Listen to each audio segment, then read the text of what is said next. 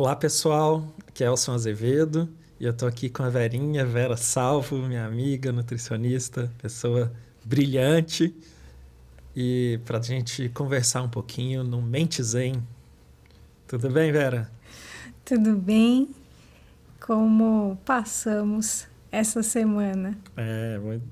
Vamos lá. E eu acho que, como passamos essa semana, eu pensei, talvez a gente conversar.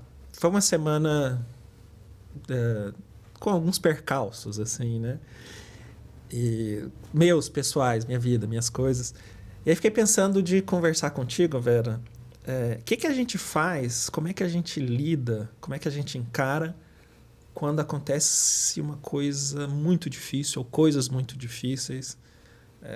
Um pouco aquilo que o Mike Tyson falou, né? Que você tá com um plano, aí a vida te dá um soco no queixo, o que você faz?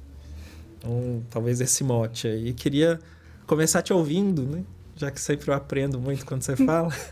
O que a gente faz, Verinha, quando a vida dá um soco na nossa cara, você tem que rever tudo, mudar tudo? Como é que é?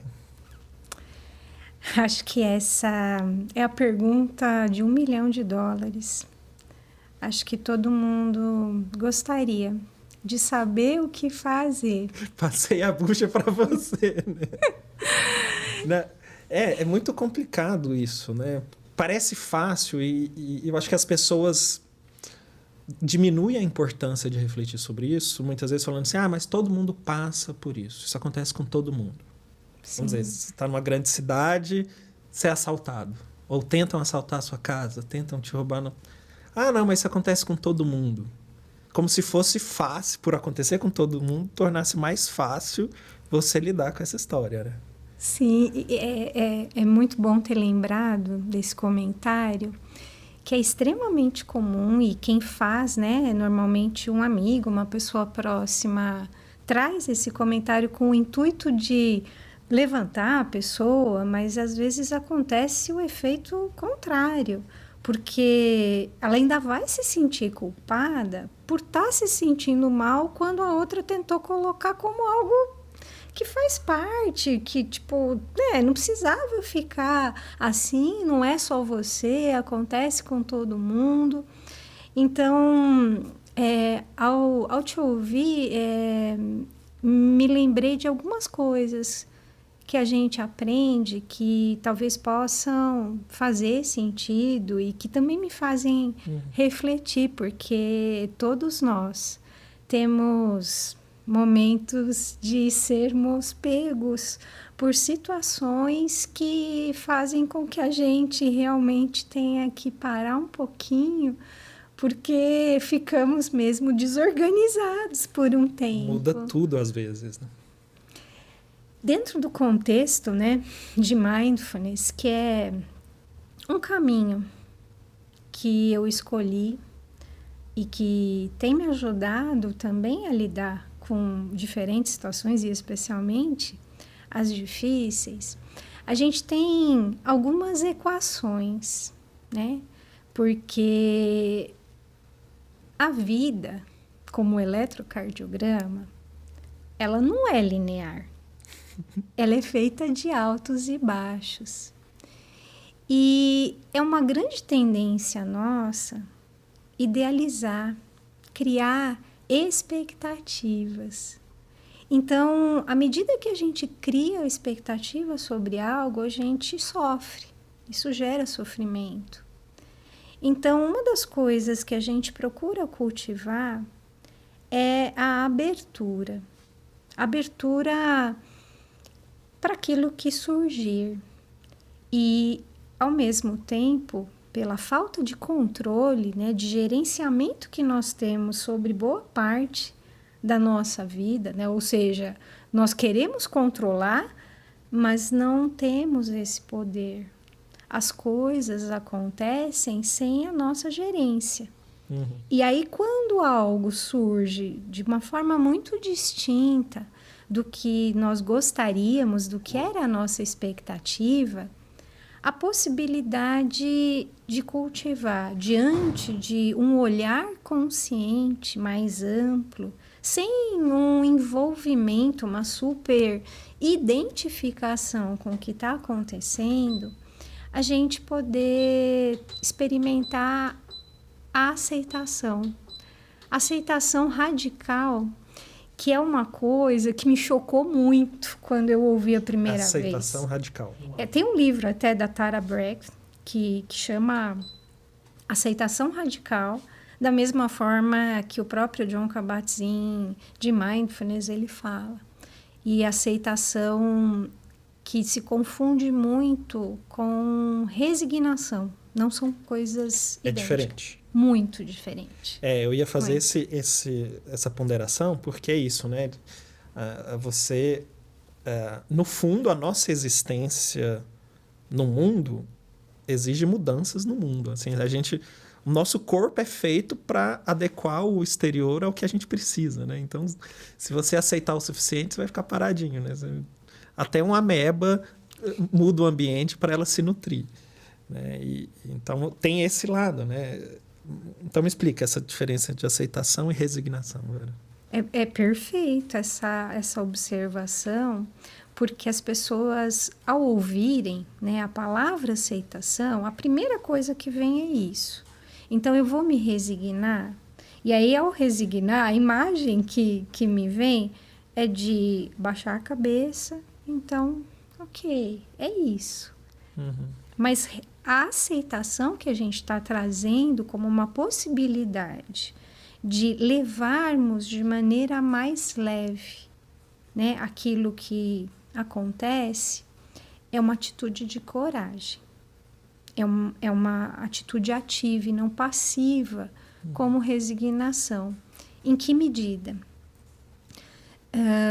Se eu consigo olhar, por exemplo, para a situação, avalio o contexto, os diferentes lados, me colocando como um observador mesmo, exercendo aqui o descentramento, a metacognição de me perceber diante desse soco, dessa rasteira que eu recebi da vida.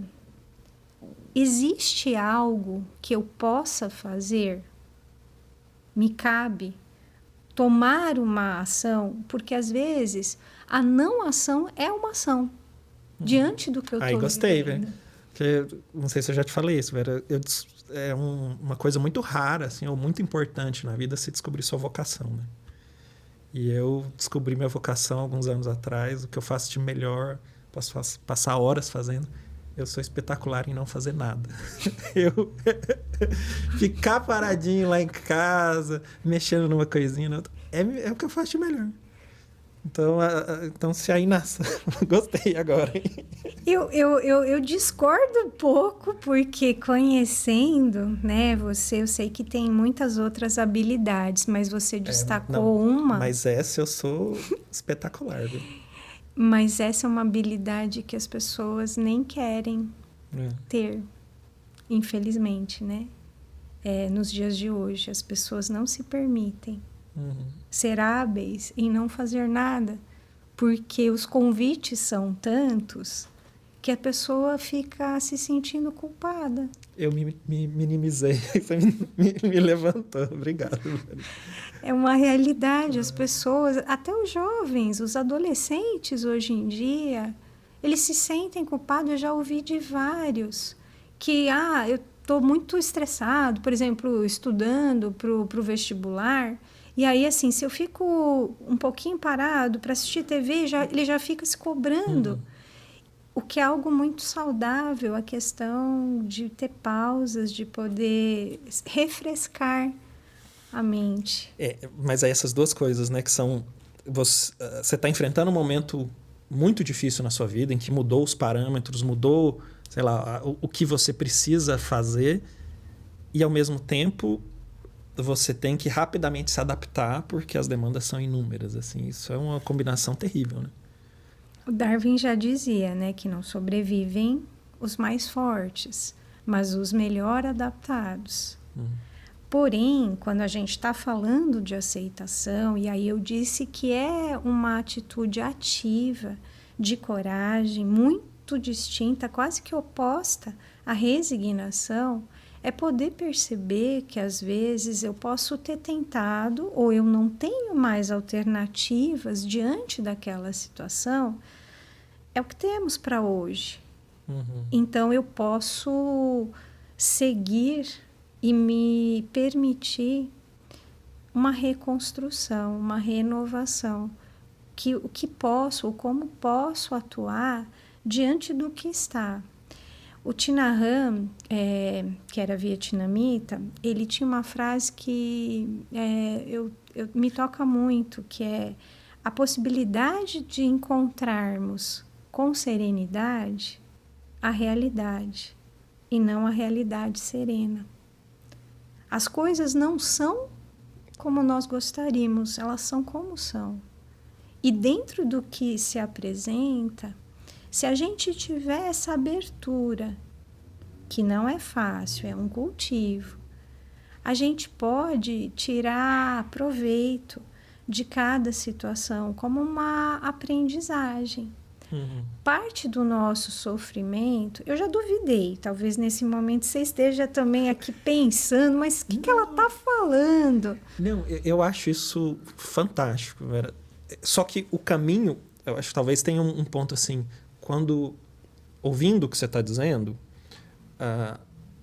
eu imagino que há um risco de se criar uma idealização desse processo de aceitação, como se o processo fosse sereno dentro de você. Nem um pouco. E pode ser um tumulto. E não necessariamente isso quer dizer está errado. Assim, não sei se teria como ser diferente. Sim. Né? E talvez a aceitação radical até do seu sofrimento. Né? Exato. Não ficar uma vozinha na cabeça, nossa, você não devia estar sofrendo assim. Você não tem uma aceitação radical dessa realidade do sofrimento que você, seu corpo, está vivendo. Né? Sim. Que é ter força para mudar o que é possível mudar. Paciência para o que não é possível mudar. E a sabedoria para distinguir uma situação da outra. Eu já vi isso. Faz parte da oração da serenidade. Ah, tá. Porque muitas vezes, né, e isso também faz parte da neurociência, tudo que eu resisto persiste.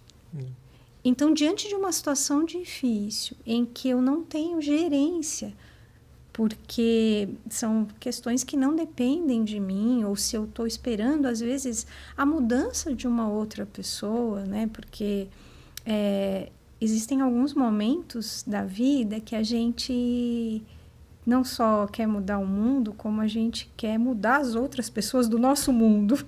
Igual quando você lê um livro assim, super bacana de mudança de comportamento, e aí você quer dar de presente. Eu vou dar para minha esposa. Sim. Como se comunicar. Comunicação não violenta. Não violenta. E aí a gente tem a contraposição, né, do Gandhi, que fala, seja você a mudança que você quer ver no mundo. E eu posso dizer, nesses anos, observando as pessoas e por experiência própria, quando você muda, o seu entorno muda. Porque é como se você fosse uma onda que vai ecoando no seu entorno. Eu ouço isso com pitada de sal, viu, Vanessa? Eu prefiro parar assim, quando você muda, você vive melhor. Com certeza. Se essa onda vai encontrar uma rocha e vai parar, tudo bem. Mas porque eu acho que essa expectativa da mudança do outro ou da mudança da realidade... A mudança da vida, pode ser muito nociva, né? Sim. Porque tem tantos outros fatores envolvidos nisso, que não o que está ao seu alcance, o que está na sua zona de influência, que esperar isso é complicado. E aí eu estava pensando, né? Vamos dizer assim, tem essa meta, ou esse método da aceitação radical, que eu ainda quero entender melhor o que é. Mas eu ainda estou pensando nos obstáculos para essa aceitação radical. E aí eu vou falar assim, das minhas reflexões ou do meu tempo de terapia. para mim, quando acontece uma coisa muito intensa e muito negativa, por exemplo, um tempo atrás, minha mãe faleceu de câncer. Então, uma pessoa, sei lá, central na família. A minha família, eu, meu irmão mais velho, meu pai, 3 marmanjos muito atrapalhados e uma pessoa serena, maravilhosa, que mantinha a família mais ou menos funcionando. Eu acho que eu já até falei isso, né? Minha mãe é psicóloga, meu pai é psiquiatra. Então, é muita doidura junto, né? Meu irmão psiquiatra. O irmão psiquiatra. E aí é o tipo de coisa que... Né, foi um câncer. E aí o tipo de câncer que é super curável, de repente o subtipo dela era um da raridade, que naquele tipo de câncer não era curável. E aí eu vou te dizer uma pedra, um obstáculo para a aceitação radical, que é aquela sensação de injustiça, né? Sim. Assim, que... meio que a gente tem a expectativa de, olha, eu tento fazer coisas boas, eu tento tratar os outros com justiça, com dignidade, oferecer o melhor que eu tenho no mundo. Nem sempre consigo, mas assim, quase sempre tento isso. Como é que foi acontecer um troço tão ruim na minha vida? E aí, como se essas ações fossem produzir um retorno do universo, assim, de que só coisas boas vão acontecer na minha vida. E falando assim, parece meio besta, mas esse sentimento de injustiça, eu acho que pelo menos na minha história, com os meus percalços mais difíceis, acho que esse sentimento foi talvez o maior obstáculo, sabe? E no fundo, não sei, talvez uma coisa que me ajuda nisso depois fui aprendendo, né? O mundo... E eu reinterpretei uma frase da Bíblia, acho que é da Bíblia, né? O sol nasce para todos, assim. Que o sol nasce para todos é assim, o mundo vai acontecer com as suas coisas boas e com as suas coisas ruins para todos. Inclusive para você, querido bom samaritano, que tenta fazer o bem, o mundo vai acontecer com as suas aleatoriedades, com as suas circunstâncias na sua vida também. Sim. Isso não é injustiça, isso é só a realidade. Sim. Tem um amigo que é psicólogo e é instrutor de mindfulness, e ele costuma dizer assim: se tudo der certo na sua vida, você vai crescer, se desenvolver e vai morrer um dia. Faz parte. E por mais, porque essa é a única certeza que a gente tem, né? Minha mãe dizia muito assim, para a gente morrer basta estar vivo. Mas a questão é que pessoas assim, tão queridas, né? E principalmente se a gente for pensar na figura materna, a gente queria que fosse eterna. Não dá para pensar, a gente não consegue se preparar para esse tipo de coisa. Eu vou trazer assim um exemplo pessoal. No meu caso, eu perdi primeiro o meu pai. E foi um treino. Foi um treino para quando aconteceu com a minha mãe. Mas quando aconteceu com ele, assim, ele ficou muito grave, era diabético, ficou 2 meses internado no hospital. Ele era o paciente mais grave da UTI, então todos os dias o médico dizia da gravidade. E a gente estava em estado de alerta, esperando a qualquer momento que ligassem do hospital. Mas olha o que é a mente, a falta de aceitação no processo. Quando aconteceu, ele estava entubado e ele ia fazer a traqueostomia, por causa de estar muito tempo, né, mais de 20 dias, ele ia fazer a traqueostomia naquele dia. Tinha um horário de visita da UTI, a gente foi, e nesse horário o médico chamou a nós e também a um outro rapaz, que o pai tinha câncer e estava na UTI. Óbvio que se estavam chamando a gente, alguma coisa tinha acontecido. E por mais que a gente tivesse preparado todos os dias, nesses 60 dias, que a qualquer momento poderia acontecer, porque ele fez edema cerebral, estava fazendo diálise, naquele dia em específico, não. Chamaram, a gente subiu. Primeiro chamaram o rapaz na salinha. Ele conversou, falaram para ele, ele saiu. Chegou a nossa vez. Estávamos eu, a minha irmã e a minha mãe. E o médico, né, começou, estava grávida, teve, né, uma parada. Na sequência, a minha mãe perguntou para ele: o senhor quer dizer que ele morreu? Ela confirmando. Uhum. Ele confirmou assim, a pressão dela foi para as nuvens. Uhum. E eu, na mesma hora, eu senti a minha língua como se fosse uma lixa. Foi uma reação assim instantânea. E o primeiro pensamento que me veio, quase que na sequência, né, de todo esse processo, meu pai me deixou. Uhum. Então, assim, naquele momento foi muito duro. Ele faleceu 3 meses antes do meu casamento. Então, depois, assim, decantando tudo, quão egoísta eu estava sendo, porque ele estava sofrendo. É um momento muito duro, né? Muito difícil. E eu não sei, é muito natural sentir essas coisas, né? Sim. E talvez um outro obstáculo para essa história, assim, da aceitação radical, até pegando um pouco desse seu relato, Vera, e que eu vivi coisas assim parecidas, talvez. E muitas pessoas vivem, né? Sim. A maior parte das pessoas. E assim, você tem que ter compaixão consigo mesmo, né? Porque Sim. são coisas tão difíceis e você tem um objetivo de lidar melhor com aquilo, de que aquele sofrimento passe, de bola para frente. Mas, se você não sofrer aquela dor e não tiver esses pensamentos egoístas, porque vai vir um vulcão de coisas. Sim. Né? Uma erupção de um monte de sentimentos, de dor.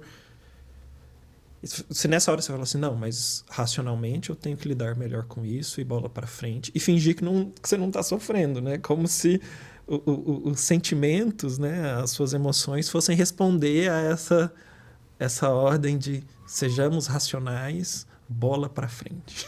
Não vai. Não vai. Essa é uma coisa, assim, que é um grande convite para adoecer mais tarde. Porque por mais difícil que seja, os lutos, eles precisam ser vividos, né? Então, assim, se a gente tivesse o poder de mudar, isso não aconteceria. A gente manteria essas pessoas que a gente ama com a gente eternamente.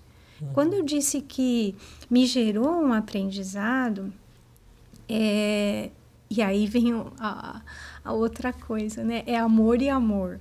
Porque é o amor ao pai, o amor à mãe. 8 anos depois, a minha mãe adoeceu, ambos eram diabéticos, então ela foi tendo uma série de intercorrências muito semelhantes. E aí, eu e a minha irmã já estávamos, né, mais treinadas. Na época, meu filho mais novo, ele era um bebezinho de meses, eu estava amamentando. E aquela coisa, acho que da conexão, né? Assim, no último dia, ela estava ainda na UTI. Eu e a minha irmã fomos e a gente sabia que a gente estava indo para se despedir. Eu não fui capaz de verbalizar, porque senão eu ia chorar. Mas, assim, a gente chegou perto dela e internamente, né? A gente fez essa libertação, tipo, mãe, pode ir, não se preocupa com a gente vai ficar bem. E ela faleceu 2 horas depois. Eles ligaram, e aí naquela hora veio aquela dor, em seguida, né? Então, assim, era um amor muito grande, porque, assim, minha mãe era a minha melhor amiga. Eu sentava no colo da minha mãe, mesmo depois de casada, com um filho. Eu falava com ela 3, 4 vezes por dia. E aí, na sequência que eles, né, ligaram no hospital para dar a notícia, me veio: eu não posso fazer mais nada por ela agora, mas eu tenho que esperar meu filho acordar para amamentar, e aí eu vou para o hospital para poder fazer o que eu preciso fazer. Eu nunca achei na minha vida que eu fosse capaz de fazer isso. Então, era uma grande força de amor que estava indo, e outro amor pelo meu filho, que me sustentou naquele momento. Não vida que segue, porque isso ficou ecoando muito tempo. Eu suspendi, eu estava no doutorado. Eu avisei minha orientadora que eu precisava de um tempo com 2 bebês para me organizar, porque meu pai já tinha ido. E a minha preocupação era minha irmã, que vivia com a minha mãe. Então, sim, tava doendo em mim, mas eu tinha 2 filhos, marido, e ela não tinha para quem voltar. Então, por amor, e eu reconheço que foi muito isso que me fez não deixar de sentir e sofrer. Porque a gente também entende, né? E aí é o outro lado, né, do que a gente às vezes vê muito. Como é que eu fortaleço o nervo vago? Né? Assim, colocando o pônei, o mundo cor-de-rosa, então eu não te contrario, tá tudo do jeito que você quer, como se fosse cliente. Não. Explica essa história do fortalecer o nervo vago. Eu acho que eu preciso de um contexto aí, Vera, me conta. A gente fala muito, né, do nervo vago por causa da compaixão, por conta dessa possibilidade da gente se permitir se acolher, né? Então, a nossa tendência muitas vezes é acolher o outro, mas a gente não se permitir. Me parece uma piada interna, um comentário interno do pessoal do Mindfulness, essa do nervo vago.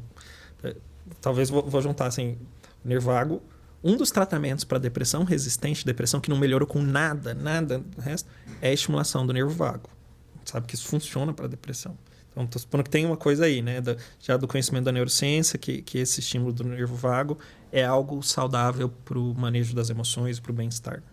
Sim. Como é que fortalece o nervo vago? Sim.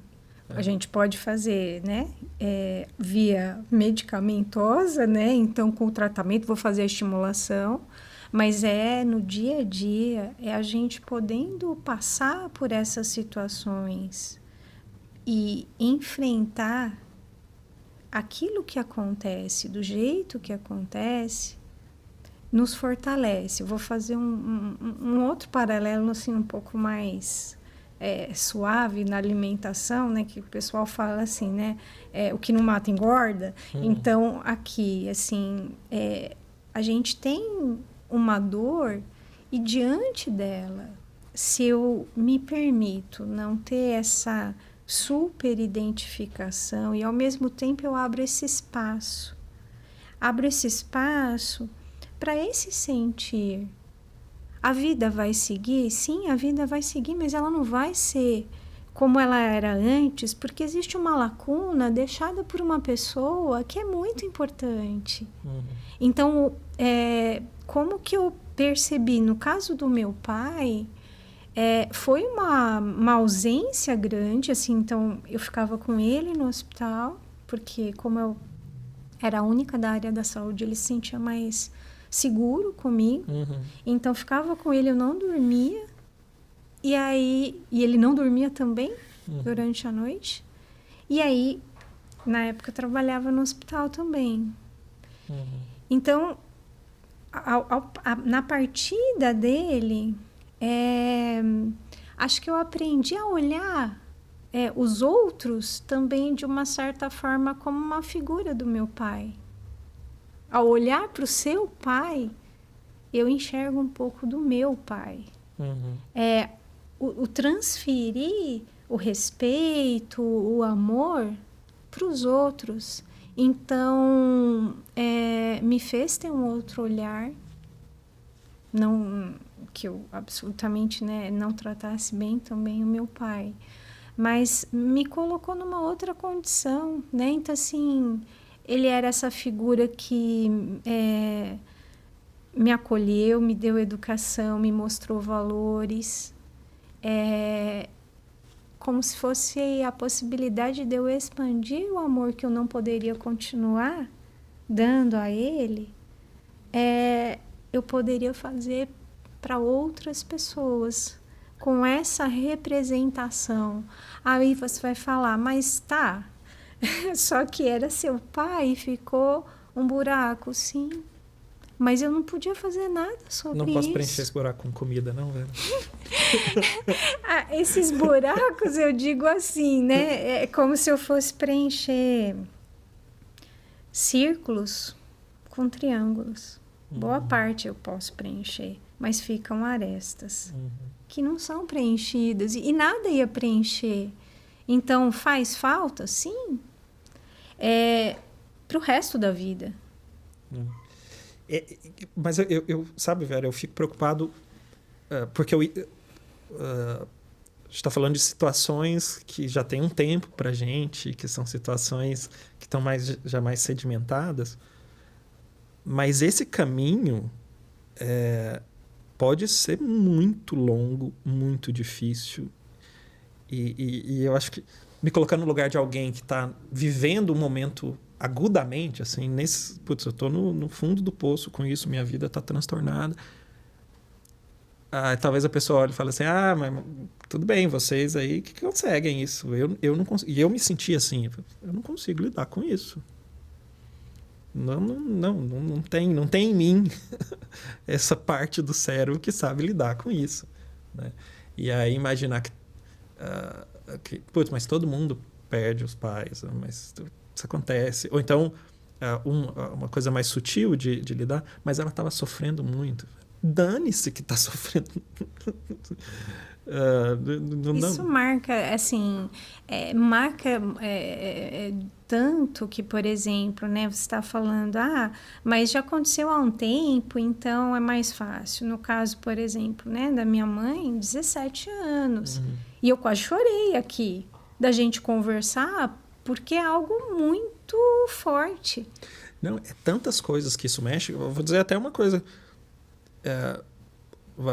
Todo mundo, a maior parte das pessoas sente isso, mas é uma gratidão enorme pela minha mãe, pelo papel que ela teve na minha vida, na família. E um outro obstáculo dessa aceitação é assim, como se fosse uma traição a ela continuar, assim, né? Como é que eu vou... é ingratidão minha eu não ficar mal, assim, a vida inteira. Tem um lado meio que mexe comigo, assim, né? Talvez o ponto principal é assim, que na minha cabeça é que existe um caminho para essa história, e você estar sofrendo pra caramba durante esse caminho não é sinal que você é fraco, que você não dá conta, que você não tem resiliência. Eu não sei nem... Eu não sei se eu gosto da palavra resiliência. Eu gosto de quem criou a palavra. Agora me foge o nome do francês que cunhou essa palavra, que era criança na época da Segunda Guerra Mundial, e ele foi falando disso. Mas a palavra em si me gera muita culpa, assim. Não, enquanto eu estava lá sofrendo a morte da minha mãe, e estou sofrendo ainda, não sou resiliente, eu sou um bosta. E eu psiquiatra, né? Nossa, anos de terapia pessoal, anos de estudo. E aí? Mas antes, para sofrer essa dor? Antes do psiquiatra, existe o ser humano, existe o filho. E é nesse sentido que, por exemplo, tem sido um aprendizado, e olha que eu já fiz 5 protocolos diferentes da compaixão.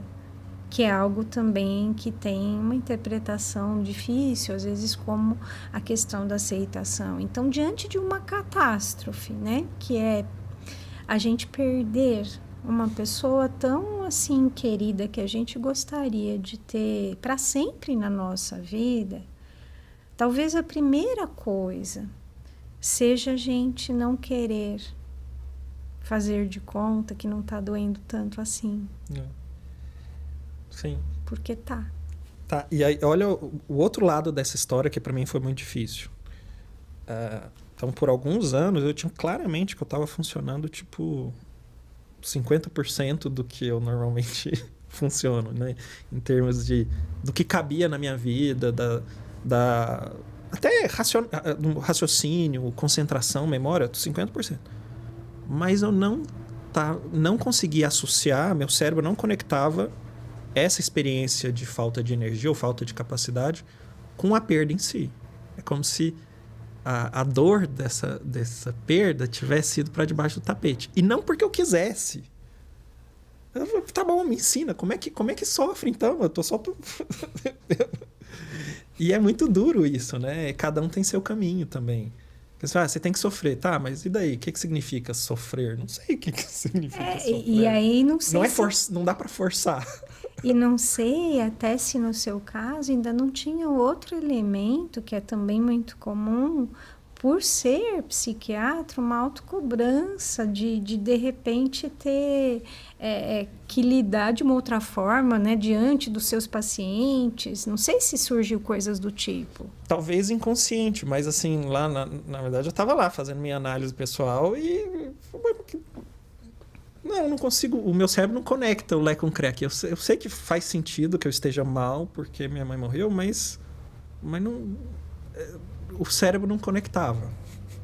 Será que faltava a aceitação, né, da situação? Não sei, nem sei se eu...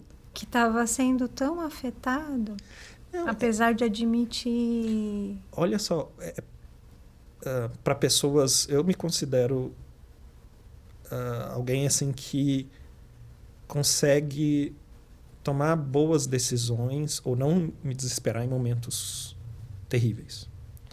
Então, minha mãe doente e putz, meu pai maravilhoso, assim, admirei ele cada vez mais nesse processo, meu irmão sofrendo para burro, mas fazendo tudo que ele podia para apoiar. Mas muitas das decisões práticas fui eu que tomei, assim. E eu acho que isso continuou depois da morte dela. Porque tem um monte de coisas práticas. Você tem que resolver o funeral, você tem que resolver fechar conta, comunicar o banco, resolver não sei o quê. E são coisas necessárias. Sim. Então, de alguma forma, eu acho que... essas coisas foram acontecendo na sequência. Então, um monte de coisas que a minha mãe que resolvia e que agora tinha que ser resolvida de outra forma. E meu pai maravilhoso que... minha mãe, eu falei que minha esposa servia meu prato, minha mãe fazia tudo para ele, né? Bebezinha danada. E aí, e agora? Como é que ele fica? E eu tô dizendo isso, meu pai é provavelmente uma das pessoas mais inteligentes que eu conheço. Assim, ele tá meio castigado aí, mas ainda é. Então, todas essas mudanças, elas tomam um conteúdo mental e da sua atenção e é muito natural atender essas demandas e ter menos espaço assim, pro sentimento, né? Mas não que eu tô fazendo essa reflexão depois, né? Lá eu tava assim, tá bom, eu quero sofrer. Cadê o sofrimento? Eu tô aqui, tô querendo sofrer. Mas onde é que vem? Que botão que liga aqui para sofrer e para essa desgrama passar logo? E tinha, na verdade, uma necessidade de resolver essas coisas que, na verdade, o botão que estava sendo apertado era do modo fazer. O que eu tenho que fazer? Então, resolver as coisas práticas. Mas meu principal modo... quando eu não estou fazendo nada lá, tocando baixo, me divertindo, ouvindo Rammstein, meu principal modo é o fazer. E eu não sei se isso é bom ou ruim enquanto característica, mas para essa situação específica, foi bom, porque resolveu todas as coisas, né? Enfim, acho que mais ou menos bem, mas para o meu luto pessoal foi difícil. Não sei se você vai concordar, mas ao te ouvir, diante, né, dessa situação, até porque me remete um pouco à própria história mesmo que eu vivi com meu pai. Eu também não deixei, porque ele ficou 60 dias na UTI, entubado, com um monte de medicação. Então, quem desceu para o necrotério fui eu. Uhum. Eu não deixei a minha mãe e a minha irmã verem, porque ele não era mais o meu pai ali. Uhum. Então, fui eu que fui resolver também todas as coisas. Esse modo fazer, acho que a gente não tem como exatamente classificar que é bom ou que é ruim. Mas diante de fatos assim tão mobilizadores na nossa vida, quando eu aperto esse botão, né, modo fazer, porque tem que resolver um monte de coisa, não tem muito espaço para o modo ser. Esse ser do sentir, esse ser de se permitir sofrer e tá doendo mesmo, isso é ruim, isso dói, porque talvez naquele momento era a pessoa mais importante ou uma das mais importantes da minha vida. Então, o modo fazer, eu também não vou me lembrar agora, né, do autor, mas ele pode ser uma forma de entrar na esquiva experiencial. Uhum. De, ao apertar este botão fazer, de ter que fazer um monte de coisas, eu não tenho esse espaço, eu não consigo pensar sobre algo, porque no fundo, nenhum de nós quer sofrer, nenhum de nós escolheria sofrer, todos nós gostaríamos de ser felizes. Uhum. Então eu me escondo muitas vezes atrás dessas séries de coisas que eu me coloco para executar e que me roubam tempo. E posso falar assim, eu acho que eu tive a sorte ou a possibilidade de fazer uma análise pessoal e ter um tempo para tentar refletir sobre isso, né? Mas também outra coisa que eu penso agora é que, assim, tudo bem também ter sido esse o meu processo, sabe? Não sei se seria possível na minha estrutura, quem eu sou, fazer diferente, assim. E aí entra a compaixão, né? Porque senão você fica num looping de culpa. Culpa pelo que aconteceu, culpa pelo jeito que você está lidando com o que aconteceu. E é infinito, né? Sim, verdade. E outra coisa que eu sou é muito exigente, especialmente comigo mesmo. Então, se entrar nesse loop aí, fica muito difícil. Mas, nossa, e aí, uma outra coisa, a gente está usando esse modelo de perder alguém querido, porque faz parte da nossa experiência pessoal, mas o ponto é situações de vida que transformam tudo. Né? Nesse meu exemplo, mudou várias das minhas atribuições, as minhas responsabilidades familiares, práticas, mudaram relações, né? Porque esses eventos tão intensos, eles são muito transformadores, né?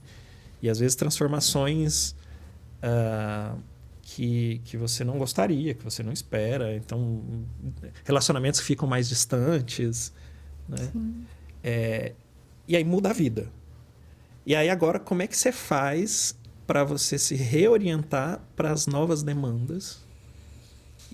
Estudo num momento de sofrimento e essa reorientação te trazendo um monte de ônus.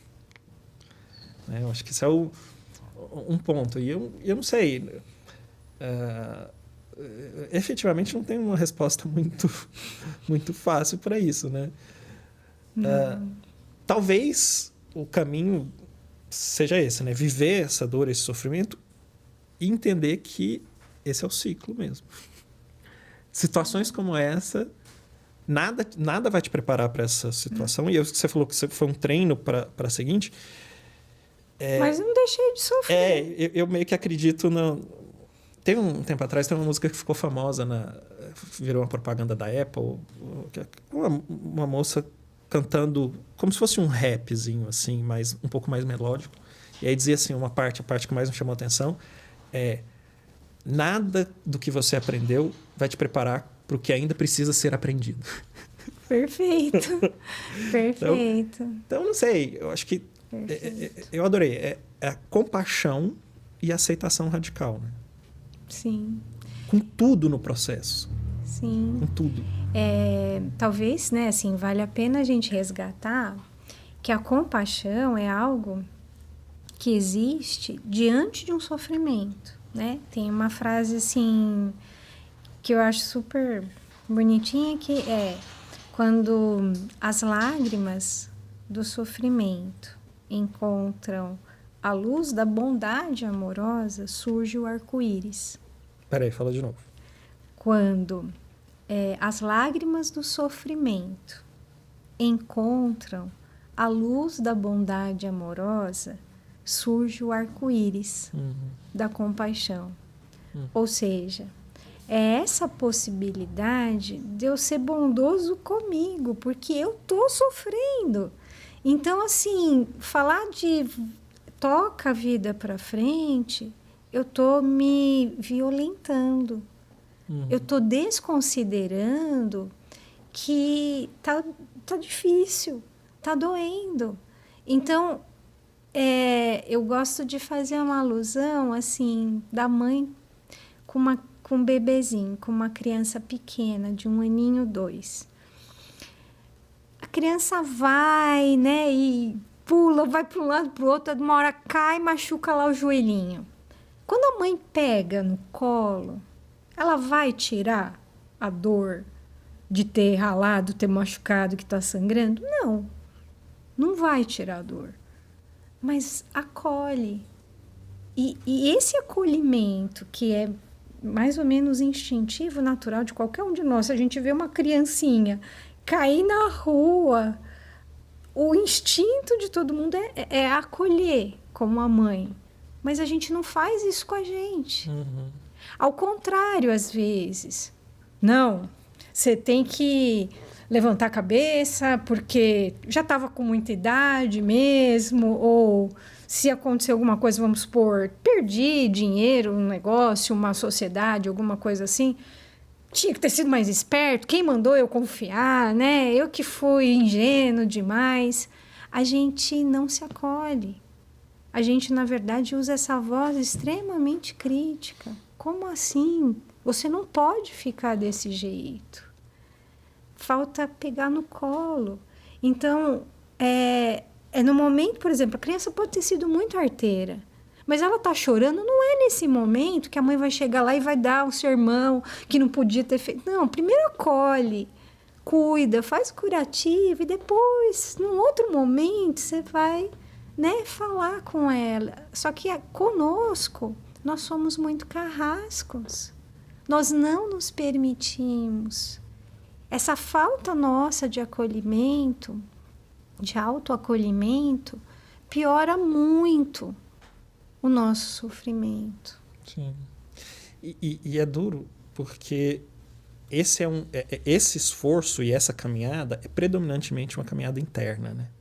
De você com você mesmo. Porque para quem está olhando de fora sem o sofrimento e sem a emoção, é só você fazer isso. Mas o ponto não é a resposta racional, né? O ponto é como trilhar esse caminho que precisa ser trilhado, esse caminho do sofrimento. Cada um do seu jeito, mas precisa ser trilhado. E até vou pedir, produção, consegue puxar para mim uma poesia que começa assim: como se esquece alguém que se ama? Que eu acho que é engraçado. O artista, ele às vezes ele consegue colocar numa linguagem coisas que para nós meros mortais escapa, né? Eu até estava pensando isso outro dia, que pensando no funcionamento mental, e a gente, desde muito criança, a gente usa a linguagem verbal, né? No nosso caso, a gente usa a língua portuguesa, inclusive no nosso pensamento interno, dentro da cabeça. Quando eu estou pensando comigo mesmo, é em língua portuguesa, né? Ou então, quando eu quero ser chique, em inglês, né? Ou francês. Mas aí, estou aqui pensando comigo mesmo, mas essa não é, para os caras que gostam de TI, essa não é a linguagem nativa da sua mente. A linguagem nativa da sua mente não é em português, em inglês, em francês. É alguma outra história. E eu suspeito que seja um pouco mais na linha das sensações e das emoções. Então, é difícil a gente fazer o que os artistas conseguem, os poetas conseguem se aproximar mais, que é falar um pouco essa linguagem nativa da nossa mente. E esse poema especificamente é um que me ajudou muito a pensar, putz, o caminho é um pouco esse mesmo, né? Qualquer coisa muito diferente disso é fuga, né? Mas como é que se esquece alguém que se ama, de um poeta português? Produção, já achou? Opa, tá aí na tela. Opa! Então, esse texto do Miguel Esteves Cardoso, poeta português. Vamos lá, põe lá.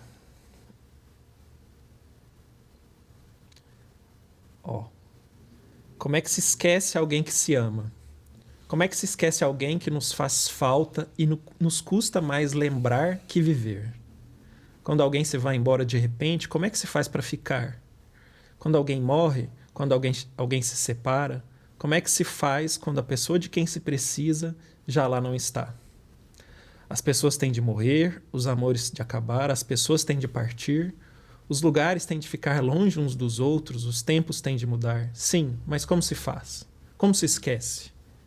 Devagar. É preciso esquecer devagar. Se uma pessoa tenta esquecer-se de repente, a outra pode ficar-lhe para sempre. Podem pôr-se processos e ações de despejo a quem se tem no coração, fazer os maiores escarcéus, entrar nas maiores peixeiradas, mas não se podem despejar de repente. Elas não saem de lá estúpidas. É preciso aguentar. Já ninguém está para isso, mas é preciso aguentar. A primeira parte de qualquer cura é aceitar-se que se está doente. É preciso paciência. O pior é que vivemos tempos imediatos em que já ninguém aguenta nada. Ninguém aguenta a dor, de cabeça ou do coração. Ninguém aguenta estar triste, ninguém aguenta estar sozinho. Tomam-se conselhos e comprimidos. Procuram-se escapes e alternativas, mas a tristeza só há de passar entristecendo-se. Não se pode esquecer alguém antes de terminar de lembrá-lo. Quem procura evitar o luto, prolonga-o no tempo e desonra-o na alma. A saudade é uma dor que pode passar depois de devidamente doída, devidamente honrada. É uma dor que é preciso aceitar, primeiro aceitar. É preciso aceitar essa mágoa, esta moinha que nos despedaça o coração e que nos mói mesmo e nos dá cabo do juízo. É preciso aceitar o amor e a morte, a separação e a tristeza, a falta de lógica, a falta de justiça, a falta de solução. Quantos problemas do mundo seriam menos pesados se tivessem apenas o peso que têm em si? Isto é, se os livrássemos da carga que lhes damos, aceitando que não tem solução. Não adianta fugir com o rabo à seringa. Muitas vezes nem a seringa, nem injeção, nem remédio, nem conhecimento certo da doença que se padece. Muitas vezes só existe a agulha. Dizem-nos para esquecer, para ocupar a cabeça, para trabalhar mais, para distrair a vista, para nos divertirmos mais. Mas quanto mais conseguimos fugir, mais temos mais tarde de enfrentar. Fica tudo à nossa espera. Acumulam-se-nos tudo na alma, fica tudo desarrumado. O esquecimento não tem arte. Os momentos de esquecimento conseguidos com grande custo, com comprimidos e amigos, e livros e copos, pagam-se depois em corroídas lembranças a dobrar. Para esquecer é preciso deixar correr o coração de lembrança em lembrança, na esperança de ele se cansar. Que lindo, que lindo. Eu acho que eu tenho que dar os créditos para minha analista, Lila Schartz, que vendo minha dor ali, conseguiu me mobilizar com esse texto. Eu acho de uma precisão assim do que eu passei e do que eu acho que da dor que eu queria fugir, né? Sim. Assim, e queria, entre aspas, racionalmente eu queria, não vem dor, eu quero passar, eu quero que esse negócio, eu quero sentir para chegar nesse final aí, né? Mas é muito mais sutil e é menos intencional, assim. Sim. É mais uma paciência, um exercício de paciência, um exercício difícil, sem... E é legal que eu falei, às vezes só tem agulha. Você queria que tivesse agulha com a injeção, com remédio. Não, às vezes é só agulha. Exatamente. Eu acho incrível como a arte, ela consegue, né, captar o que é sutil, que se passa conosco e concretizar, né, escrevendo de uma maneira que traduz muito de tudo aquilo que acontece, né? Por isso que quando você falou a linguagem da mente não é o português, não é o inglês ou outra coisa, eu entendo muito a partir também do próprio corpo, né? Então, as lágrimas, que são tantas vezes repelidas, rechaçadas, na nossa sociedade, muitas vezes contidas como um sinal de fraqueza, de vulnerabilidade, às vezes são a expressão mais genuína daquilo que está contido no peito, no coração. Eu fico muita raiva às vezes dessa história, porque geralmente eu sou um cara contido. E não necessariamente isso foi uma escolha deliberada, assim. E eu acho que muito disso faz parte do meu temperamento. Algo que eu não conseguiria mudar muito. Então, me dá uma raiva disso. Não, tá, mas chora aí, chora que passa. Não. Não é o chorar por chorar, né? Às vezes, essa expressão emocional vulcânica pode ser até um jeito de desviar o foco, porque o sentimento é mais profundo, assim, né? Sim. Então, eu como um cara emocionalmente mais contido, me dá um pouco de raiva. Não, chora, vai chorar. Eu falei, não, vai chorar. Não, se eu pudesse. Aliás, eu choro nos jogos do Galo, Clube Atlético Mineiro. Uma das experiências mais transformadoras da vida é torcer pro Galo, viu? Mas isso porque as lágrimas, elas têm a propriedade de expressar muitas coisas, não necessariamente só tristeza. Não, sim, não, mas muitas vezes foi de tristeza. Foi de tristeza. 50 anos sem ganhar o brasileiro. Ó, chorei, viu, quando ganhou. Mas chorou de alegria. Parênteses, né? Chorei de raiva também pelos 50 anos. Que demorou demais. Mas fazer um link assim, né? Tem um locutor lá de Belo Horizonte, o cara que narra a maior parte dos jogos do Galo, o Caixa, Mário Henrique Caixa. E aí, quando o Galo ganhou o Brasileiro, 2021, tinha 50 anos que o Galo não ganhava. E até existia a maldição do Tele Santana. Vou contar isso porque eu acho que isso é importante. 50 anos o Galo sem ganhar, e o Galo foi vice-campeão 300 milhões de vezes. O Galo conseguiu ser vice-campeão brasileiro invicto. Então, era disparado o melhor time, perdeu nos pênaltis para o São Paulo. Então, vice várias vezes, vários roubos dos juízes, Diaba 4, e o Galo não era campeão. O Galo foi o campeão do primeiro campeonato brasileiro. O time não era espetacular, era um bom time, mas o Tele Santana era maravilhoso, né? E aí o Tele Santana, depois que o Galo ganhou, fez uma promessa que ele ia andando do centro do Galo até uma capelinha em Congonhas, que é uma cidade a 50 quilômetros de Belo Horizonte. E aí o Tele, enfim, ganhou, virou a noite lá comemorando, não sei o quê, e foi virado dessa noite, com um sapato social, foi lá fazer essa caminhada dos gramados do Telê, fez essa promessa, e aí ele teve que parar na metade, porque ele estava com muito calo no pé, e fez o resto de carro. E aí começou Ele não cumpriu a promessa. Começou a maldição do Tele Santana, por isso que o Galo ficou 50 anos sem ganhar o Brasileiro.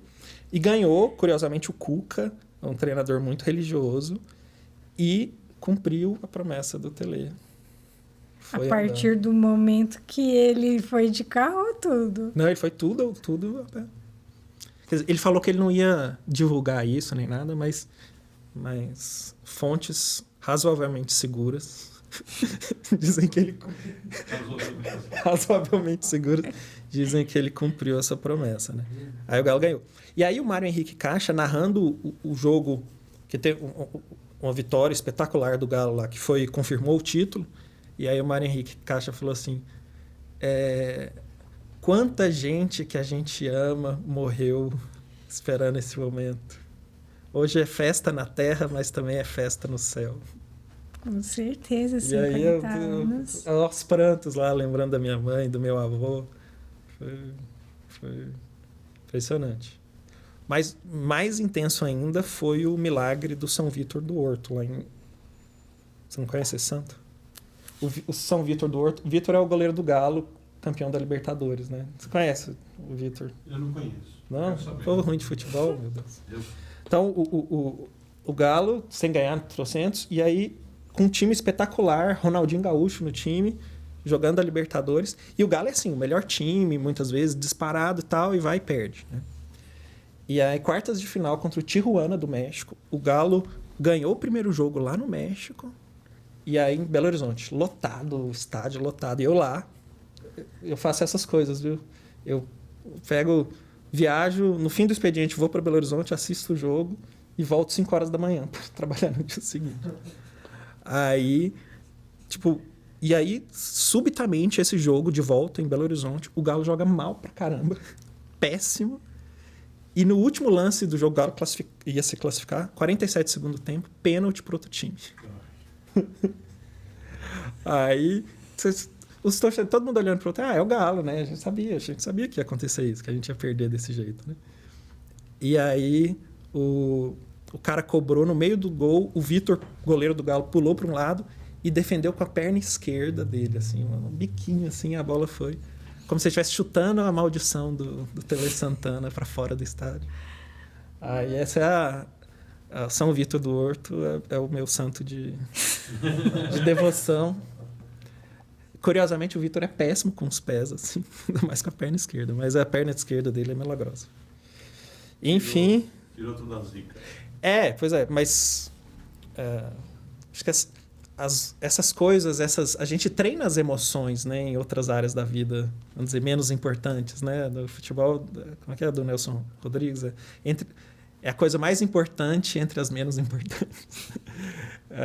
E eu acho que a gente vai treinando, né, essa frustração, perder e continuar lá. Então, tem isso, né? As experiências da vida. E na minha visão, não sei você, Vera, tem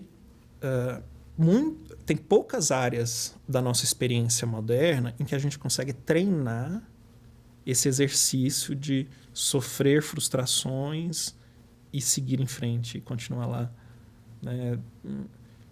Quase tudo que a gente faz hoje em dia é imediato, é de recompensa imediata. Se alguma coisa se frustrou, você já vai para a próxima recompensa. E não sobra tempo para você treinar esse músculo de lidar com a frustração. Sim. Que é um pouco o músculo que você vai exercitar quando você tem uma frustração gigantesca. E saiba, você vai ter uma frustração gigantesca em algum momento, né? Sim. E se você tiver com essa musculatura muito flácida, não dá, né? Que é um pouco o que a gente vê nos dias de hoje, né? Então, às vezes, os adolescentes, os jovens que tiveram os pais, né? Que passaram, de fato, né? Por dificuldades, guerra e tudo mais, tentam fazer para os filhos uma realidade, né? Diferente do que viveram. essa super proteção que a gente vê, né, reformulando a frase, né, porque tem o aspecto da intenção, que é algo que na compaixão a gente trabalha. A gente não vê só a ação, mas o que está por trás. Né? Então, o que eu quis dizer foi o fato de que essa super proteção, que é feita com muito amor, às vezes pelos familiares, para não sofrer, eu vou te proteger para que você não sofra, te coloca numa situação de maior vulnerabilidade no momento em que algo acontecer, porque vai acontecer. Sim. A gente não sabe quando, nem o quê, mas vai, né? Vai acontecer algo que vai te desorganizar, vai te tirar do eixo, você vai precisar de um tempo para conseguir decantar e novamente sobreviver diante do que acontece, dessas rasteiras, desses golpes, desses socos que a vida oferece. Então, fortalecer o nervo vago é um pouco nesse sentido. Não tem fórmula mágica para sobreviver a essas situações. Tem o tempo que é necessário, porque também não é uma questão de apertar o botãozinho para resolver, não é nada imediato. São processos, e processos levam tempo e cada um tem o seu. Então, a gente estava aqui conversando sobre situações que cada um viveu, no meu caso até de mais tempo, e elas ecoam até hoje, não importa quanto tempo passe, e também não é uma regra, então hoje está melhor do que ontem. Não, tem momentos que às vezes não aconteceu nada, e às vezes eles surgem de uma maneira mais vívida, e tem ainda uma ponta de tristeza que a gente tenta transformar numa saudade querida, não tão doída, entendendo e trazendo algo do que foi bom, que também foi uma outra coisa que me chamou muito a atenção, de um caso que aconteceu na escola do meu filho caçula. Ele era pequeno, tinha talvez uns 3 ou 4 anos, e um coleguinha dele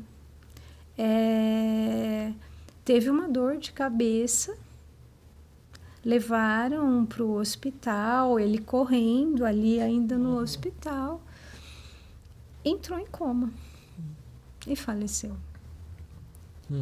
E aí, assim, aí você está muito na situação, né? Porque era o coleguinha de turma, eu com o filho, né? Da mesma sala. A primeira coisa, assim, né? Quando marcaram, né? Ia ser cremado. Eu falei, não sei se eu consigo ir. Não sei se eu consigo ir, porque eu chorava como se fosse o meu filho, porque poderia ter sido, né? E aí, olhar para aquela mãe, eu não me esqueço, 7 dias depois, ela fez a celebração da vida. Ela marcou um piquenique no parque. E o que ela dizia é que ela ia celebrar a vida, né? Então, assim, é muito difícil. A gente estava falando de perder os pais, que é ordem mais ou menos natural da vida. Para ela, um filho, né, que na época era o único, depois ela engravidou, perder e conseguir tirar essa lição de falar que ela ia celebrar a vida, né? Então, o quanto de esforço, né, interno, de transformação interna, para olhar sobre um outro aspecto, do quanto de alegria nesses 4 anos ele tinha trazido. É, eu acho assim, cada um tem o seu processo, né? E não vai ter uma solução mágica, senão cada um vai falar, não, se aconteceu isso, eu vou fazer alguma coisa de solidariedade nessa área e vai resolver também. Não é uma solução, mas assim, para mim foi algo muito inspirador. Eu acho que foi uma doação até para os outros, né? Para as crianças, para diminuir o impacto nas crianças.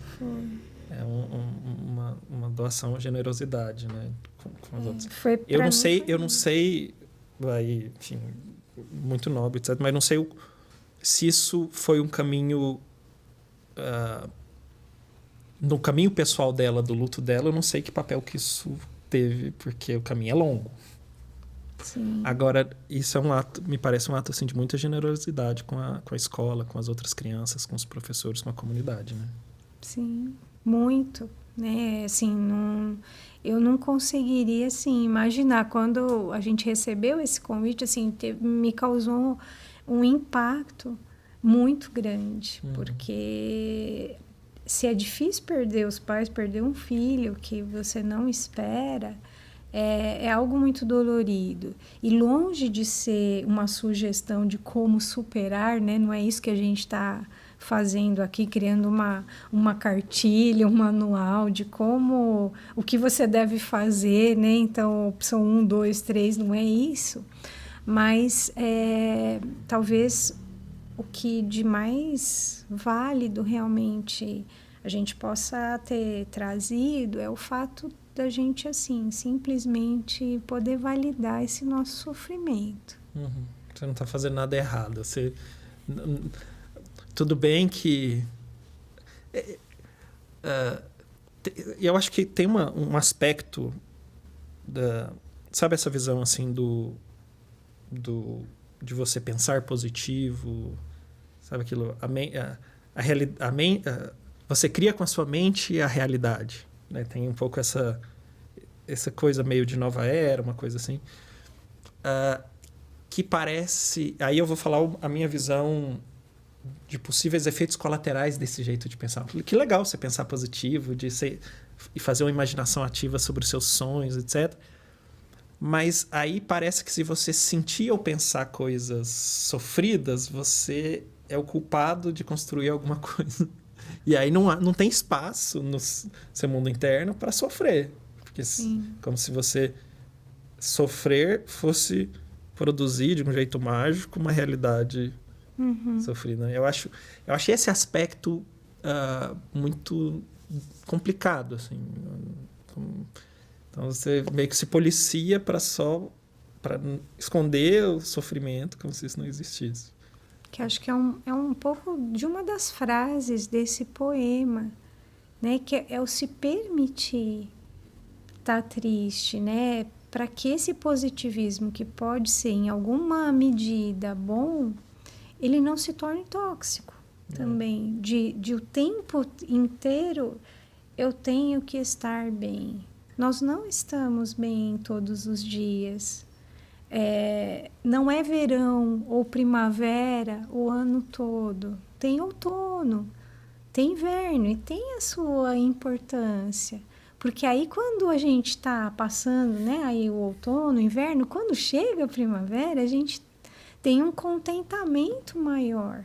Imagina se fosse o tempo inteiro primavera. Eu queria. Não, se fosse só uma questão de desejo, eu queria. Desejar, com certeza. Imagina, seria maravilhoso. Só não é real. E aí a expectativa, né, gerando sofrimento por algo que...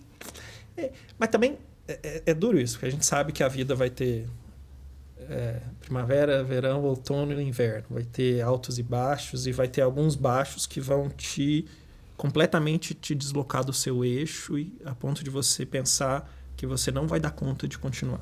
Isso provavelmente, se você for como a maior parte das pessoas, provavelmente isso vai acontecer. Agora, é muito difícil saber que isso provavelmente vai acontecer. Não pode ser também como se fosse um fantasma na sua vida, né? Eu vou viver ixi, que horas que vai ter? Nossa, não consigo nem aproveitar o momento, porque uma hora vai acontecer uma coisa terrível. Também vira um fantasma.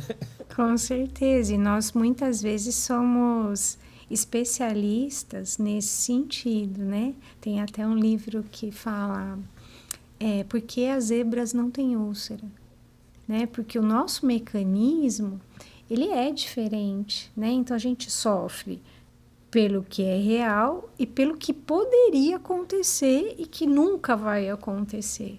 Então muitas dores que nós sentimos, elas não existem. A gente projeta e aí a gente tenta se defender de algo que não aconteceu e algumas coisas às vezes nunca vão acontecer. A gente fala assim, no âmbito da alimentação, né? Que a gente acaba ouvindo muito das pessoas assim, eu não sei o que é fome, porque eu como, sei lá, de 2 em 2 horas, de 3 em 3 horas, nunca senti fome. Por prevenção, por precaução, né? Tão desagradável que eu tô sempre comendo. Mas, por exemplo, nessa temperatura que estamos aqui nesse momento, 28, 30 graus, para não passar frio, então veste o casaco. Vai resolver quando chegar? Não tem como eu ter uma prevenção. Então, é um exercício de coragem, né? Então, assim, eu não quero, mas vai resolver um pouco, Vera, porque uma coisa essa sua analogia com a temperatura, você não tem como estocar calor. Mas você consegue estocar comida, né? E eu tô estocando há uns 20 anos. A gente precisa, na verdade, né, poder viver esse momento. Se o momento futuro trouxer uma adversidade, o soco no estômago, né, um golpe no coração, eu vou viver naquele momento. Não tem como, porque eu pensava, quando era criança, tinha muito essa coisa assim, né, de ficar esperando, por exemplo, meu pai chegar do trabalho, né, e criança cria umas coisas assim, né, e acho que no meu caso um pouco pior.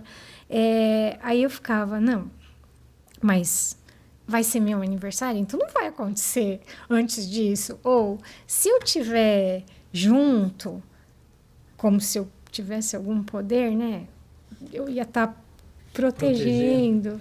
Então, mas essas fantasias continuam, né? Sempre continuam. Quando a gente perde alguém que a gente ama, e aí eu tô lembrando da minha mãe, invariavelmente uma coisa que vem é a culpa, né? Putz, eu devia ter feito diferente. Eu devia ter feito aquilo, eu devia ter não sei o quê.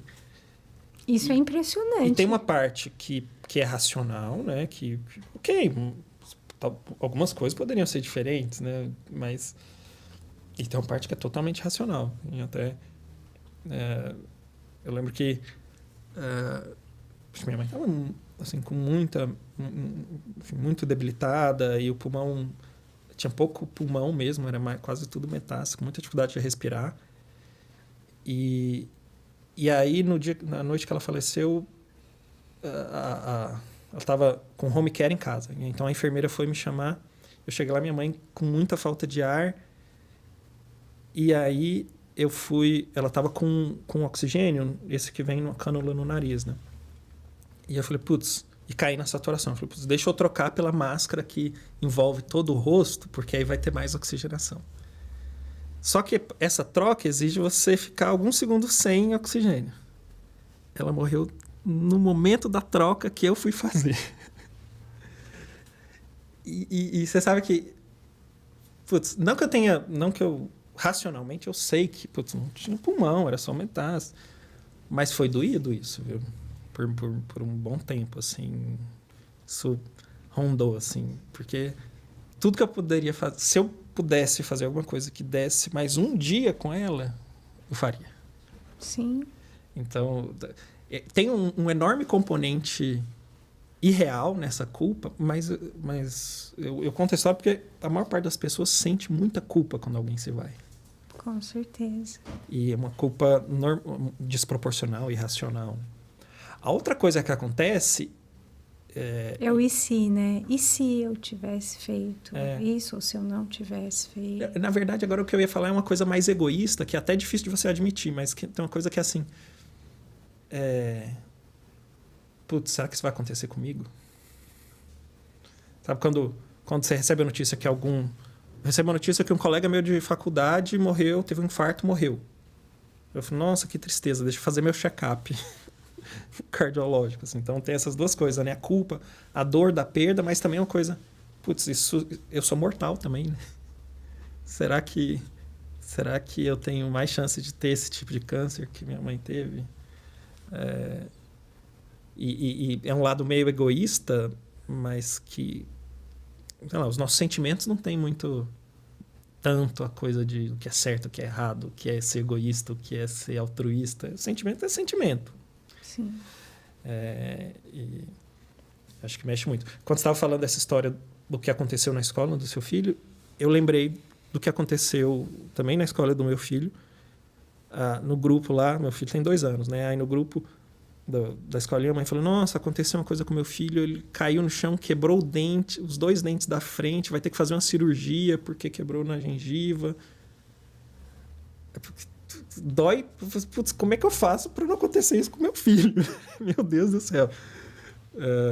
Eu não queria nem ler a mensagem lá, porque foi me angustiando. Não, isso aconteceu com um menininho de 2 anos da escola do meu filho.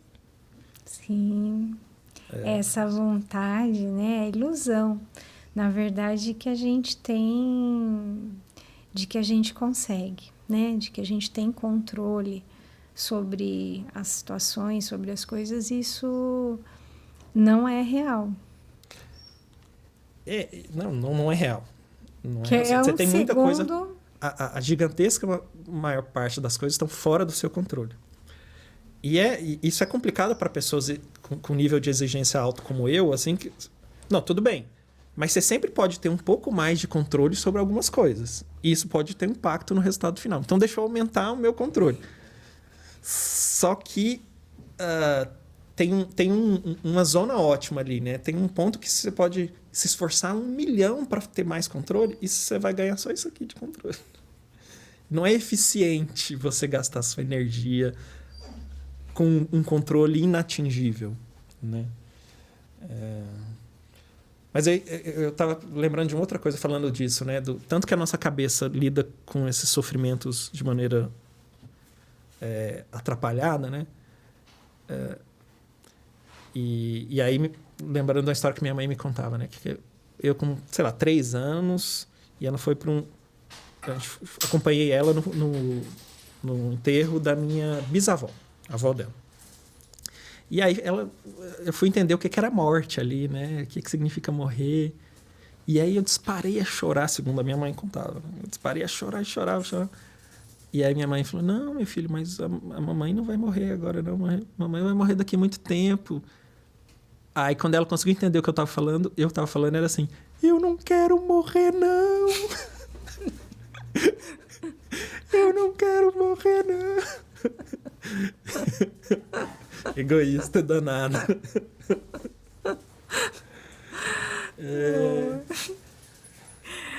E aí, velho, acho que a gente está caminhando para o final, né, dessa conversa. O que a gente tira aí dessa história? Bem, para mim, o que fica é que, sim, o sofrimento faz parte, ele nos visita em muitos momentos por diferentes motivos.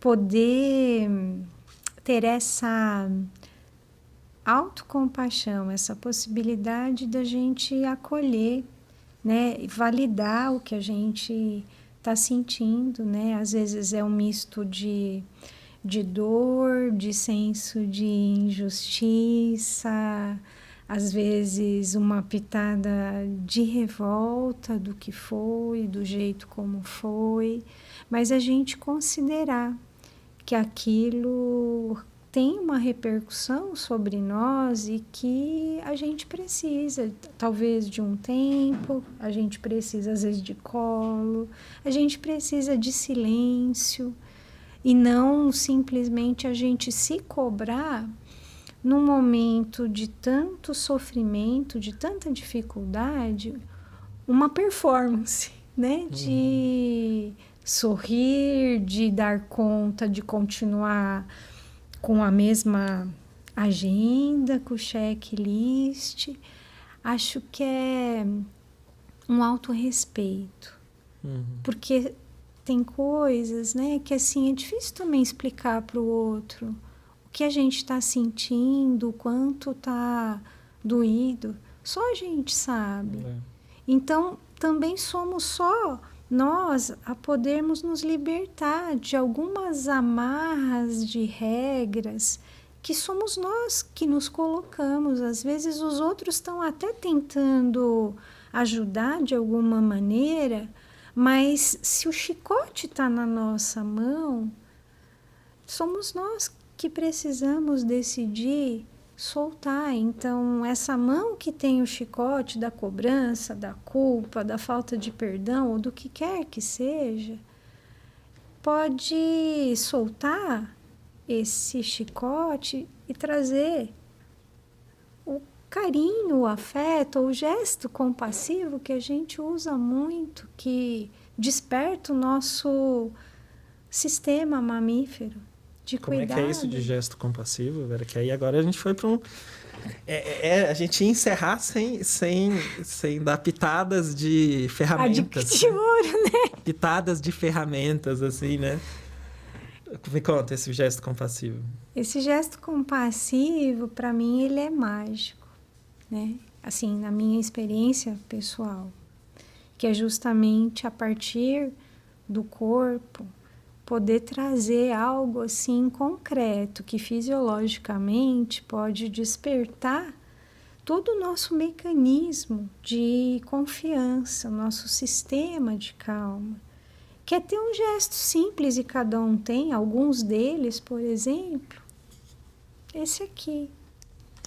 Né? Colocar, por exemplo, a mão de um lado ou do outro, ou em ambos, ou repousar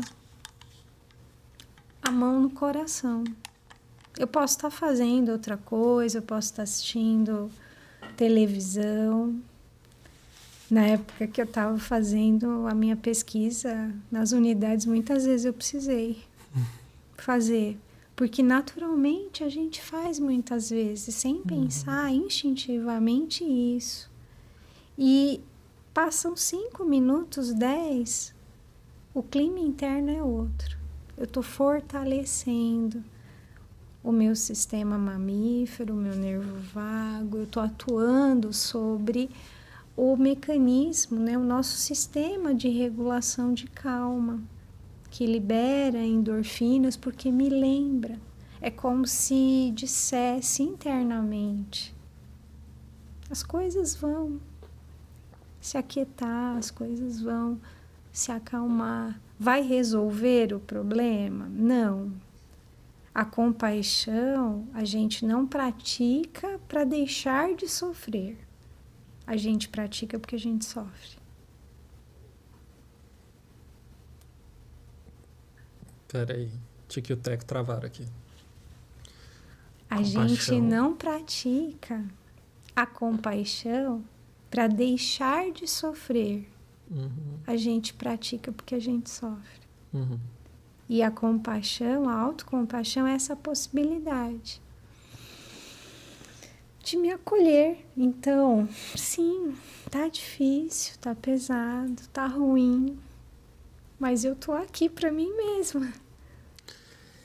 Eu tô aqui. E tem a coisa de aguentar, né? Que assim, porque o mais natural é que a gente pule para resolução do problema, né?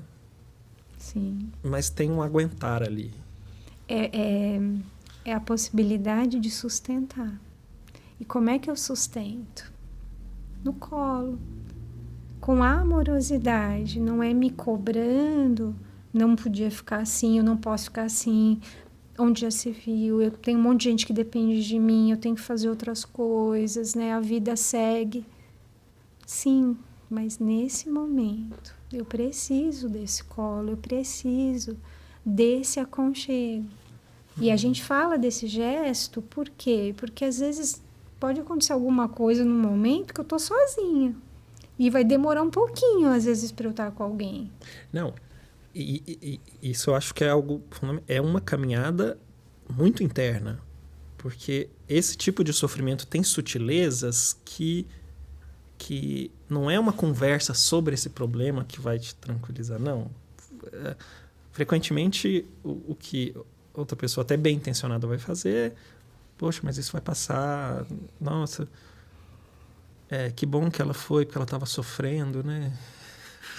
Dá um soco, vai merda. Às vezes a gente não quer, e resgatando a questão da CNV, né, da comunicação não violenta, eu não quero ouvir conselho. Eu não quero que você me diga nada, eu quero que você me escute.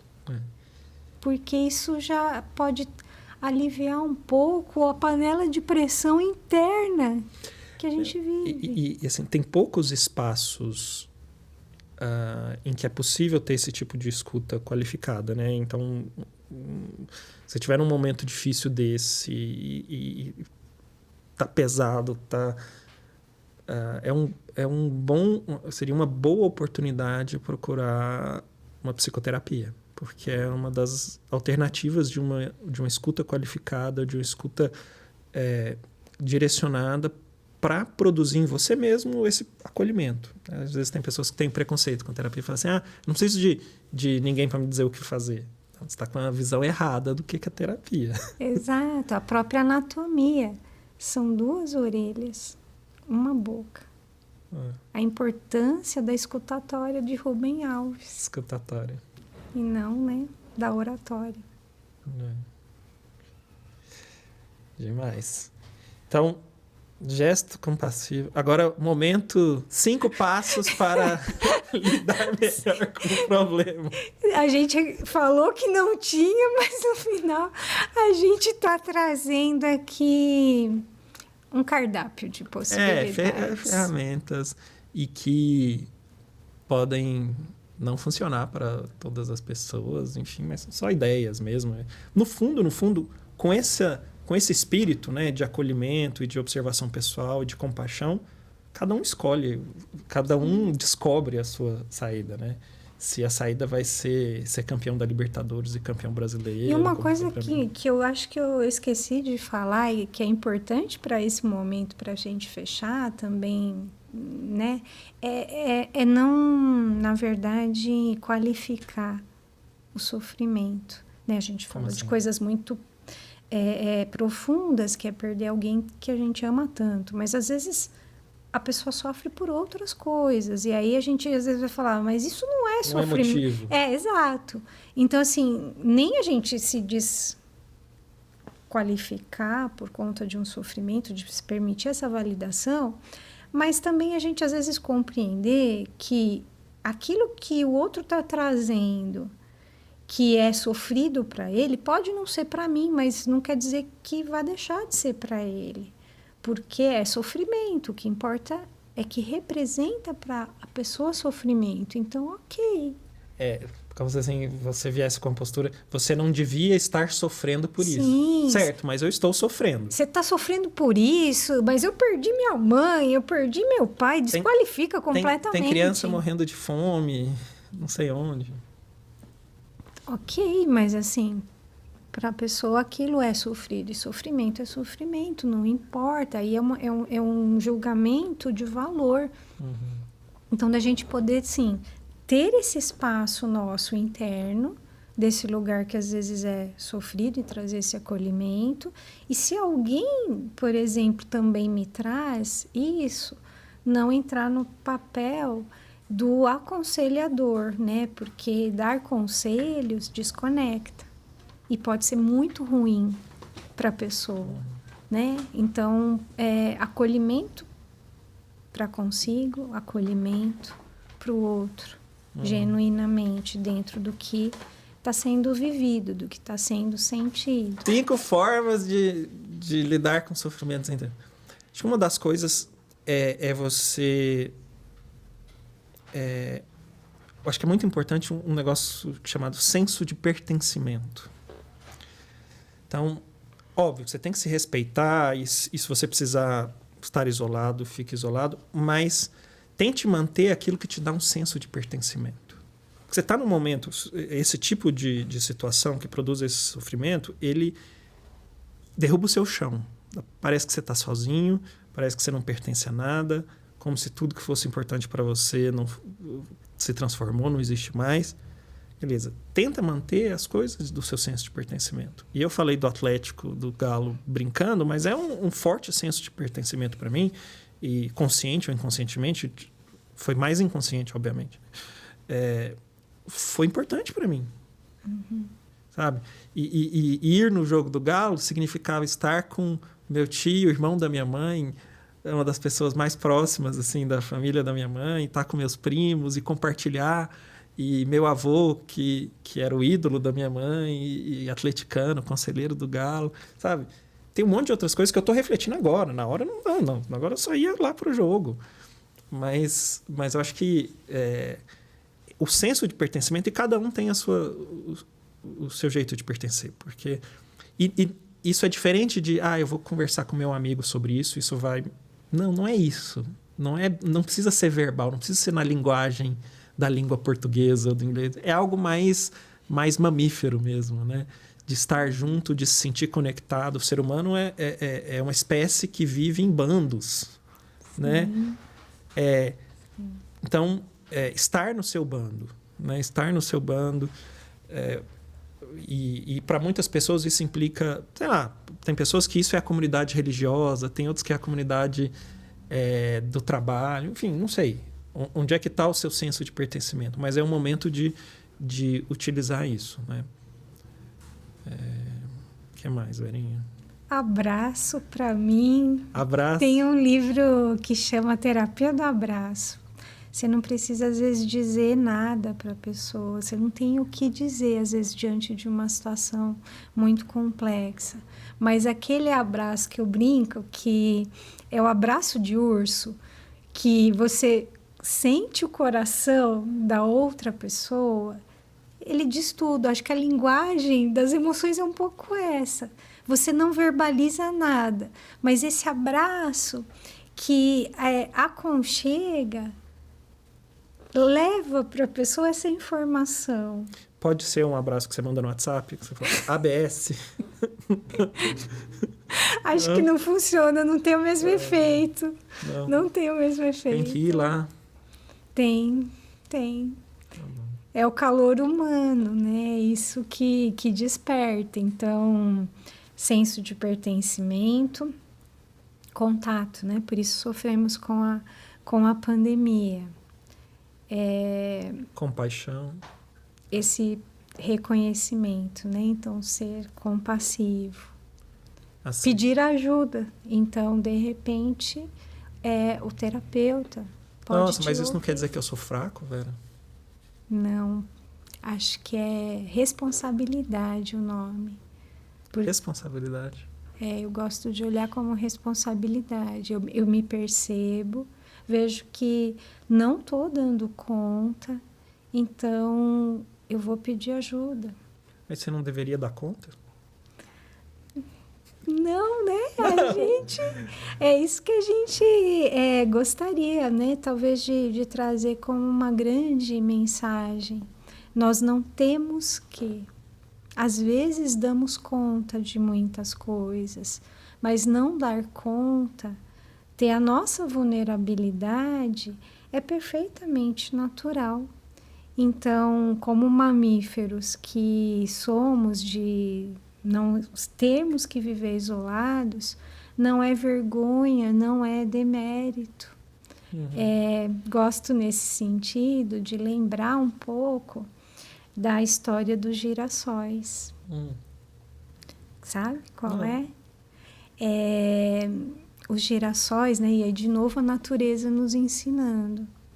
O girassol, ele se volta para o sol, para ele poder, né, tá ali bonito.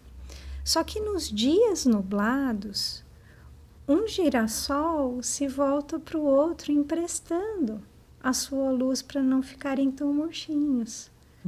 Então, enquanto mamíferos, de podermos também, como girassóis, se a gente não é capaz de encontrar nossa luz interna, porque estamos no nosso dia nublado, sombrio, ou no nosso momento de vida muito nebuloso, a gente pode encontrar outros girassóis como nós, para que a gente possa ter esse senso de pertencimento, para que a gente possa novamente se reencontrar. Uau. Lindo, Vera. É fantástico. Falamos bastante, né? Não, adorei, Vera. Aprendi um monte. Eu que aprendi. Então... Que possa ter sido útil de alguma forma. Saboroso. Saboroso, nutritivo. Eu acho que é uma das ferramentas mais valiosas na vida é isso, né? Você ter a aceitação e construir a possibilidade de se suportar e aguentar momentos difíceis. E é algo que vai sendo construído, né? Sim. E ser compassivo com o processo, ser compassivo com você, esse é o caminho. Na compaixão a gente chama de humanidade compartilhada. Humanidade. Então, você sofre, eu sofro, mais pessoas sofrem também. Isso também nos conecta, né? Interdependência. Uhum. Tem uma coisa que é delicada também, que ninguém posta no Instagram a sua incapacidade de lidar com as coisas, né? E até nós aqui, né? Eu tô falando do lugar de, nossa, perdi minha mãe, olha aqui, estou aqui, né? Magnânimo, né? Seu mala. Quantas sessões de terapia, no meu caso, quantos anos? Pode ter um monte de outras circunstâncias atuais que pra gente tá quase insuportável, né? Sim. E aqui a gente não comentou, né? A gente fala daquilo que razoavelmente a gente... aguenta falar. Exatamente. Tem coisas que a gente ainda não aguenta falar. Sim. Então, é um pouco isso, assim... senão a gente fica com a fantasia de que, nossa, mas o Elson lidou tão bem com a morte da mãe, tá vendo ele falando aí? E não, né? Foi o caos, assim... então, tá falando agora. Queria só um parênteses, assim, Sim. para ouvir essa história com pitada de sal, porque é uma história já meio que... Primeiro, reconstruída, né? Porque... Sim. Às vezes a gente fala da lembrança e a gente... Quem conta um conto aumenta um ponto, né? Tem um detalhezinho que me daria mais vergonha que a gente omite, não sei o que. Aí fica uma história bonitinha, Sim. né? Sim. Mas aquilo que você falou, humanidade compartilhada. O outro provavelmente está sofrendo igual. Pode não te contar, pode omitir, pode esconder, mas não se sinta um lixo por você estar sofrendo o que você está sofrendo. Sim, até porque se está doendo ainda muito, não dá para falar. A gente percebe muito isso, né? Assim, em alguns momentos, por exemplo, de algumas práticas que a gente tem nesse âmbito, tanto de mindfulness, mindful eating, ou mesmo da compaixão, quando as pessoas não falam nada, são justamente depois de algumas práticas muito profundas. Então, eu preciso de um tempo, não dá nem para organizar, tá tudo bagunçado, o pensamento, as emoções, então parece que se abrir a boca vai atrapalhar tudo, então não dá para falar. A gente vai de pessoa para pessoa, tem gente que é faladora à beça, né?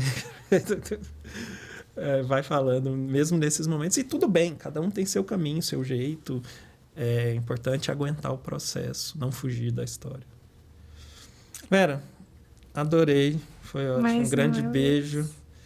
E os amigos aí da Mente Zen, estejam atentos para os próximos episódios. Até a próxima.